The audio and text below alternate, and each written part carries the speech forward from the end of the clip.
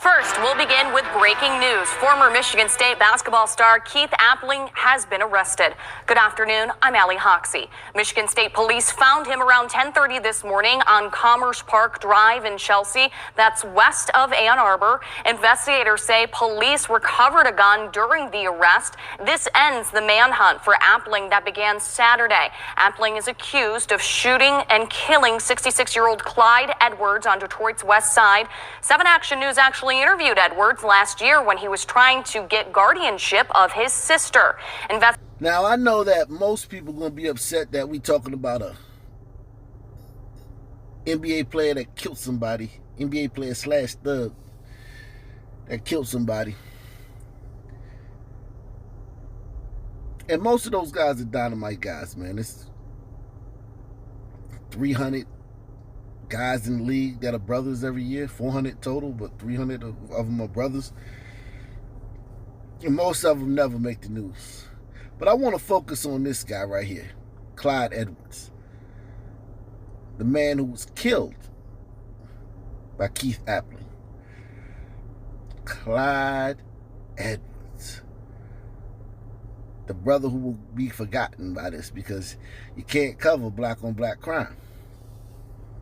Because you're a coon if you do. Which also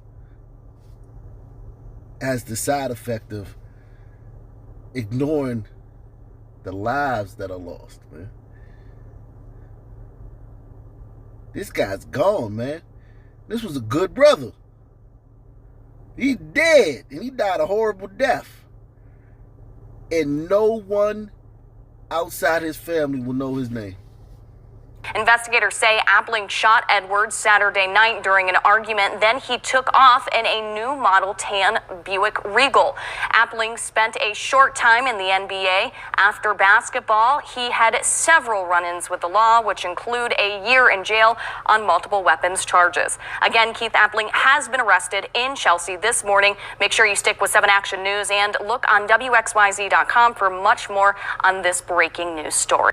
Former Michigan State basketball star Keith Appling is in jail tonight, awaiting charges in a murder investigation. State police arrested Appling this morning in Chelsea a little more than 24 hours after he was named as a suspect in a deadly shooting Saturday night on Detroit's west side. Victor Williams is live tonight. Victor, you have some new information on that arrest. Yes, Jason and Kimberly, Appling was taken into custody on Commerce Park Drive earlier today around 10:30 a.m. With that being said, we're talking to someone that is more than familiar with his career and also where it all went wrong. And Appling was a hell of a basketball player in high school. God, and he was a good college player. Appling for the three. Retired Detroit Assistant Police Chief Steve Dolan says the rise and fall of Keith Appling is a depressing story. Very, very sad set of circumstances. I'm sure Izzo's like, what happened to you since you left? Because he was one of Izzo's top prospects. And this goes beyond basketball. It's life. And this poor guy made the wrong decisions. Now, I don't blame this guy for talking about Keith Appling because the news media came to him and asked him about Keith Appling. And he's just answering the questions.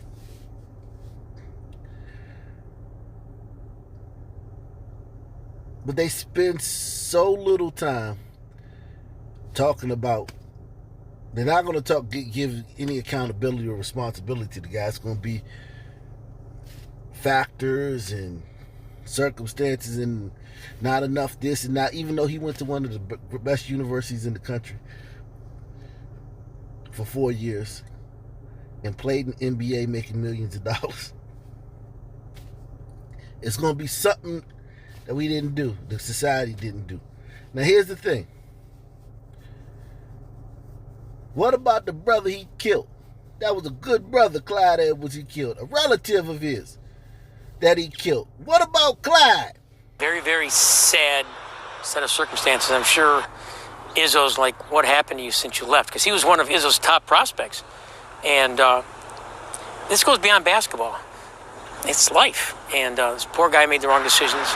Appling was arrested Monday in Chelsea following a 2-day manhunt in the death of 66-year-old Clyde Edmonds, who was shot and killed on Whitcomb Saturday night. I was told they found an MSU hat and a gun at the scene, a revolver. This new situation is now just another chapter in the long criminal history of the 29-year-old former MSU star basketball player who once had a promising future. He was on probation he's supposed to be on probation until August of next year. He did a year in jail. Detroit pulls you over, you have weapons in the car. Warren pulls you over, you have drugs in the car. At what point do you say it's either a cry for help or this guy's just giving up on himself? I don't hear that cry for help crap. It don't even be that deep. Like, he just was moving with drugs and guns. He was either a drug dealer, or he was a homie. He had reverted it back to his state where he was, because a lot of these guys, man, the NBA and NFL saves their lives. A lot of these guys would be. Look at Ray Lewis. Guys like that. A lot of these guys would be thugs on the street. The NBA helped and the NFL helped form them into great men. You think LeBron James would have been a millionaire if he was 5'7"? If LeBron was 5'9" instead of 6'9", do you think LeBron James would be a goddamn millionaire? You think he would have passed the SAT? I mean, look. These leagues save so many brothers, and it's so sad that Colin Kaepernick shifted the narrative that the leagues are racist and the downfall of black people. These leagues have helped a lot of brothers. Now, the brothers have helped the leagues. These leagues wouldn't be what they are without black men, black players. So it's a symbiotic relationship. Investigators say that Keith Appling was hiding out at this Baymont Inn and Suites about an hour from Detroit in Chelsea. A fugitive team moved in early Monday, and he did not put up a fight. You get that information to us, we act on it, and we take dangerous individuals off the street.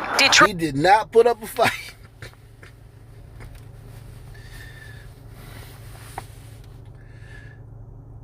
So Keith ain't all bad. He know the deal, man. He been arrested so many times, man. You heard the man. He been arrested so many times. He know the deal. Put your hands behind your back. Duck your head, get in the car, take a ride down to the station. Put your thumb in the black ink. Or now they got AFIS, automated fingerprint identification system, where you put your thumbprint on this glass and it digitally takes your thumbprint, so you don't have to do that black ink anymore. But whatever, they go sit in your cell. He gonna bond out. He got plenty of money. He'll bond out. So that was a smart move on his part to not fight, to not put up a struggle and go to court. They'll give him a bond. He got plenty of money left over. He got people that will pay that bond for him. He'll be out and until his court date. And then, whatever. I don't know. You go to court, that's where you fight it at. We'll see. Now he has a chance because he didn't try to fight with the police. So he's pretty smart, brother, in that respect. Chelsea, a fugitive team moved in early Monday, and he did not put up a fight. You get that information to us, we act on it, and we take dangerous individuals off the street. Detroit police say an early morning tip into the Jackson County Sheriff's Office led state police to this hotel, where inside one of the rooms, they arrested Keith Appling, the former Michigan State University basketball standout. There was also a gun that was recovered at that location. Not the same weapon that was used in the shooting on Saturday night. The 29-year-old Detroit native has been on the run, caught less than 48 hours after being wanted for murder on Detroit's west side off Whitcomb. Saturday evening, Appling apparently went to the home of 66-year-old Clyde Edmonds, the victim as identified by the Wayne County morgue. It escalated from there. There was some sort of altercation that took place outside of the home with a relative by marriage to him.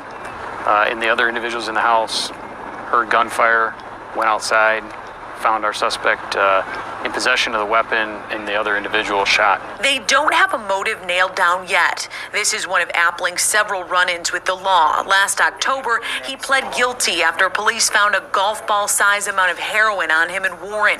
Probation for that, which he allegedly violated in February. I mean, he played in the NBA, but I'm gonna just look at it from as a street dude perspective. It's a lot of dudes online from the streets that never seen a golf ball size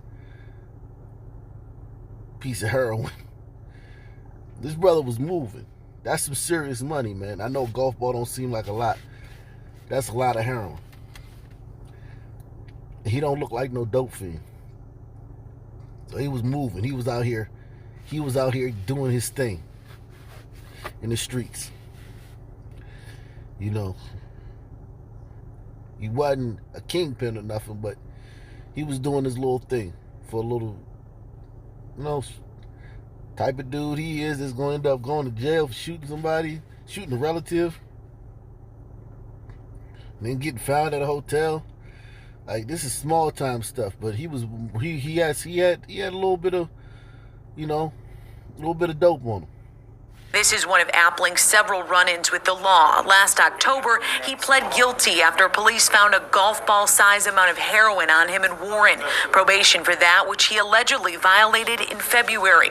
In 2016 and 2017, 3 separate gun cases and a resisting and obstructing charge. Appling has not been charged in this murder case. The Wayne County prosecutor will make that decision in the next couple days. Jessica Dupnack, Fox 2 News. All right, so they didn't charge him yet. He's not charged with the murder yet. They just got him on some other stuff, the gun and whatnot, and this, that, and the third. But they haven't put the pieces together to charge him yet. And that's why I want to tell you guys, I always try to keep you guys as informed as possible with reality. Not talking points and BS from squares and college HBCU types online that just don't know what the hell's going on. This is very common. They can't charge him until they put the pieces together. Right now they can charge him with the gun. And then they can charge him with the gun they found him with, the second gun they found him with. And then violating probation because he was on probation till next year. And they can hold him on those things while they're doing the investigation on the murder. Because contrary to common belief, the criminal justice system is very fair. And it don't care who you are. He just a case. They don't care if he a basketball player or nothing. He's a number on the docket. When you go to court, it's a docket. So they call your case number. And then you come up. When your attorney comes up, and then the DA or the DA that's prosecuting you comes up on the other side, and they appear in front of the judge.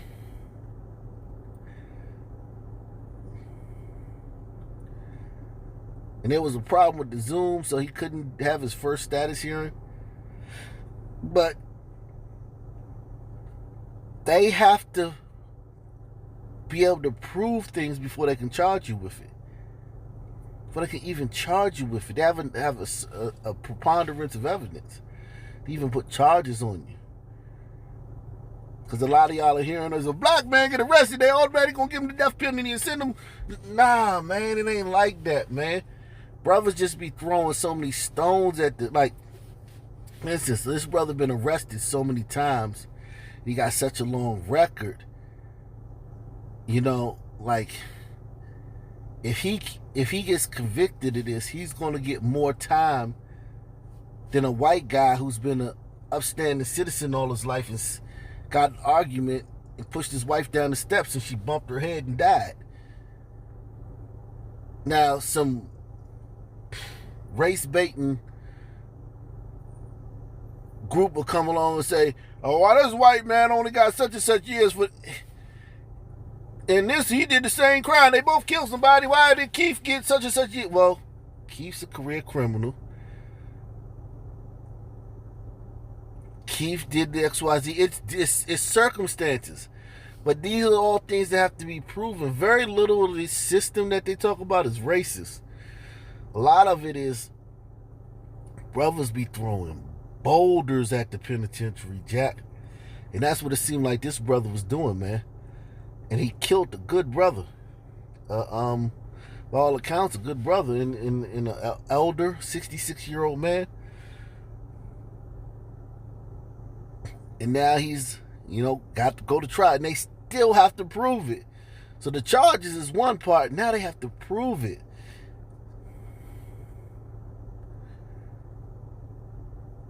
And then in 20 years, somebody like Kim Kardashian will come along and be like, we found a missing piece of evidence that nobody ever found before. And it proves that the jury was racist. The jury was racist. He only got convicted because the jury was racist. Not because he was a thug, but the jury was racist. They didn't have enough black people on the jury. For the judge that saw his case, we got a picture of him in his high school yearbook dressed up in blackface back in 1962. We got to throw out all his cases.